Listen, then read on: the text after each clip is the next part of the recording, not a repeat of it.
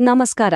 ಇಂಟರ್ನೆಟ್ಟಲ್ಲಿ ಸಿಕ್ಕಾಪಟ್ಟೆ ಫೇಮಸ್ ಆಗಿರೋ ಈ ಫೋಟೋ ನೋಡೋಕೆ ಇದೊಂದು ಬಂಡಾಯದ ಸಂಕೇತ ಥರ ಕಾಣಿಸುತ್ತೆ ಅಲ್ವಾ?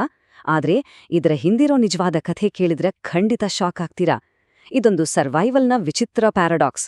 ಬನ್ನಿ, ಇದರ ಒಳಗೇನಿದೆ ಅಂತ ನೋಡೋಣ. ನಾವೆಲ್ಲರೂ ಈ ಫೋಟೋನ ಆನ್ಲೈನ್ನಲ್ಲಿ ಎಲ್ಲಾದ್ರೂ ಒಂದ್ಸಲನಾದ್ರೂ ನೋಡಿರ್ತೀವಿ, ಸರಿತಾನೆ? ಒಂಟಿಯಾಗಿ ನಡೀತಿದೆಯಲ್ಲ ಈ ಪೆಂಗ್ವಿನ್.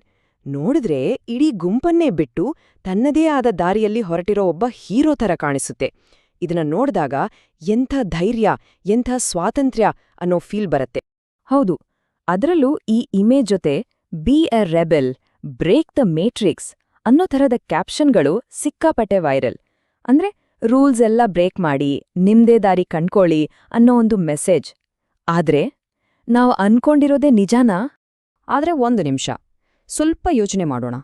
ಇದು ನಿಜವಾಗ್ಲೂ ಒಬ್ಬ ಹೀರೋನ ಜರ್ನಿಯೇ? ಅಥವಾ ಇದು ಸಾವಿನ ಕಡೆಗೆ ನಡೀತಿರೋ ಒಂದು ಒಂಟಿ ಮೆರವಣಿಗೆನಾ? ಬಹುಶಃ ನಾವು ಇಷ್ಟೂ ದಿನ ನಂಬ್ಕೊಂಡ್ಬಂದಿದ್ದ ಕಥೆನೇ ಪ್ರಶ್ನೆ ಮಾಡೋ ಟೈಮ್ ಬಂದಿದೆ ಅನ್ಸುತ್ತೆ. ಸರಿ, ಹಾಗಾದ್ರೆ ಈ ಫೋಟೋದ ಹಿಂದಿರೋ ಒಂದು ಟ್ರಾಜಿಕ್ ರಿಯಾಲಿಟಿ ಅಂದ್ರೆ ಒಂದು ದುರಂತ ಸತ್ಯದ ಕಡೆ ನೋಡೋಣ. ಯಾಕಂದ್ರೆ ಈ ಕಥೆಯಲ್ಲಿರೋ ಒಂದು ಟ್ವಿಸ್ಟ್ ಇದೆಯಲ್ಲ, ಅದು ನಮ್ಮ ಯೋಚನಾ ಲಹರಿಯನ್ನೇ ಬದಲಾಯಿಸಿಬಿಡಬಹುದು. Reality check. ನಿಜವಾದ ಸತ್ಯ ಏನಪ್ಪಾ ಅಂದ್ರೆ, ಈ ಪೆಂಗ್ವಿನ್ ಬಂಡಾಯಗಾರ ಅಲ್ಲವೇ ಅಲ್ಲ. ಅದು ದಾರಿ ತಪ್ಪಿಸ್ಕೊಂಡಿದೆ. ಹೌದು, ತನ್ನ ಗುಂಪಿನಿಂದ, ತನ್ನ ಕಾಲನಿಯಿಂದ ದೂರಾಗಿ ಸೀದಾ ಸಾವಿನ ಕಡೆಗೆ ನಡೀತಿದೆ. ಸೊ ಇಲ್ಲಿರೋ ವ್ಯತ್ಯಾಸನ ಒಂದ್ಸಲ ನೋಡಿ.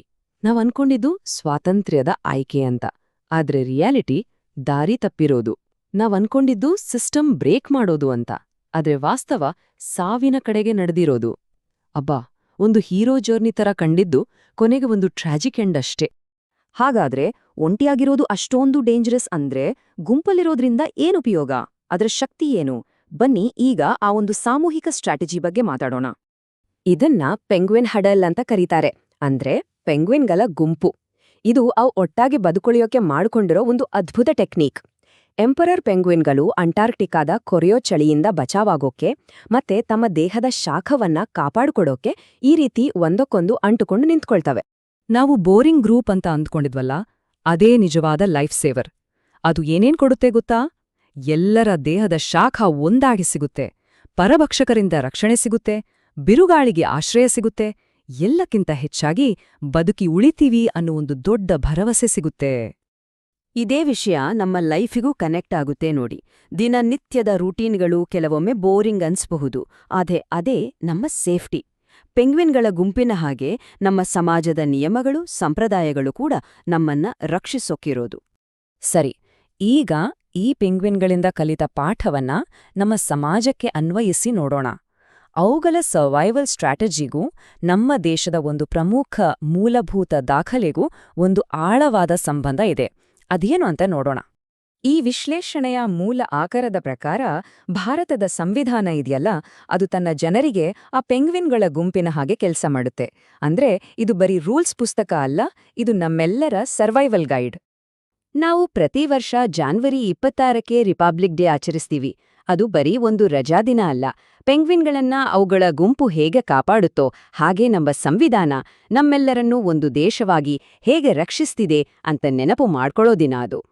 ಹಾಗಾದ್ರೆ ನಮ್ಮ ಸಂವಿಧಾನ ಆ ಪೆಂಗ್ವಿನ್ ಗುಂಪಿನ ತರ ಹೇಗೆ ಕೆಲಸ ಮಾಡುತ್ತೆ? ಮೊದಲನೇದಾಗಿ ಅದು ಒಂದು ಸುವ್ಯವಸ್ಥೆಯನ್ನ ತರುತ್ತೆ. ಎರಡನೇದಾಗಿ ಎಲ್ಲರಿಗೂ ಸಾಮೂಹಿಕ ಸುರಕ್ಷತೆಯನ್ನ ಕೊಡುತ್ತೆ. ಮೂರನೇದಾಗಿ ನಾವೆಲ್ಲ ಒಟ್ಟಿಗೆ ಬದುಕೋಕೆ ಬೇಕಾದ ನಿಯಮಗಳನ್ನ ಹೇಳುತ್ತೆ. ಮತ್ತು ಕೊನೆಯದಾಗಿ ಆ ಗುಂಪಲ್ಲಿರೋ ಪ್ರತಿಯೊಬ್ಬ ವ್ಯಕ್ತಿಯನ್ನು ರಕ್ಷಿಸುತ್ತೆ. ಇಷ್ಟೆಲ್ಲ ಅರ್ಥ ಮಾಡಿಕೊಂಡ ಮೇಲೆ ನಾವು ಕಲಿಬೇಕಾದ ಒಂದು ಹೊಸ ನಿಯಮದ ಕಡೆಗೆ ಬರೋಣ. ಹಾಗಾದ್ರೆ ಅಲ್ಟಿಮೇಟ್ ಆಗಿ ನಾವು ಕಲಿಬೇಕಾದ ಪಾಠ ಏನು?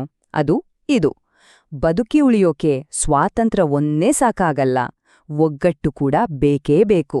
ಒಂಟಿಯಾಗಿ ನಿಲ್ಲೋ ಧೈರ್ಯಕ್ಕಿಂತ ಒಟ್ಟಾಗಿ ಬದುಕುಳಿಯೋ ಶಕ್ತಿ ಇದೆಯಲ್ಲ, ಅದು ಯಾವಾಗ್ಲೂ ದೊಡ್ಡದು. ಕೊನೆಯದಾಗಿ ಒಂದು ಪ್ರಶ್ನೆಯೊಂದಿಗೆ ಈ ಚರ್ಚೆಯನ್ನ ಮುಗಿಸೋಣ. ನಮ್ಮ ಜೀವನದಲ್ಲಿ ನಾವು ಬೋರಿಂಗ್ ರೂಟೀನ್ ಅಂತ ಅನ್ಕೊಳ್ಳೋ ಯಾವೆಲ್ಲ ವಿಷಯಗಳು ನಿಜವಾಗ್ಲೂ ನಮ್ಮನ್ನ ಕಾಪಾಡೋ ಸರ್ವೈವಲ್ ಗೈಡ್ಗಳಾಗಿವೆ? ಸ್ವಲ್ಪ ಯೋಚನೆ ಮಾಡಿ ನೋಡಿ.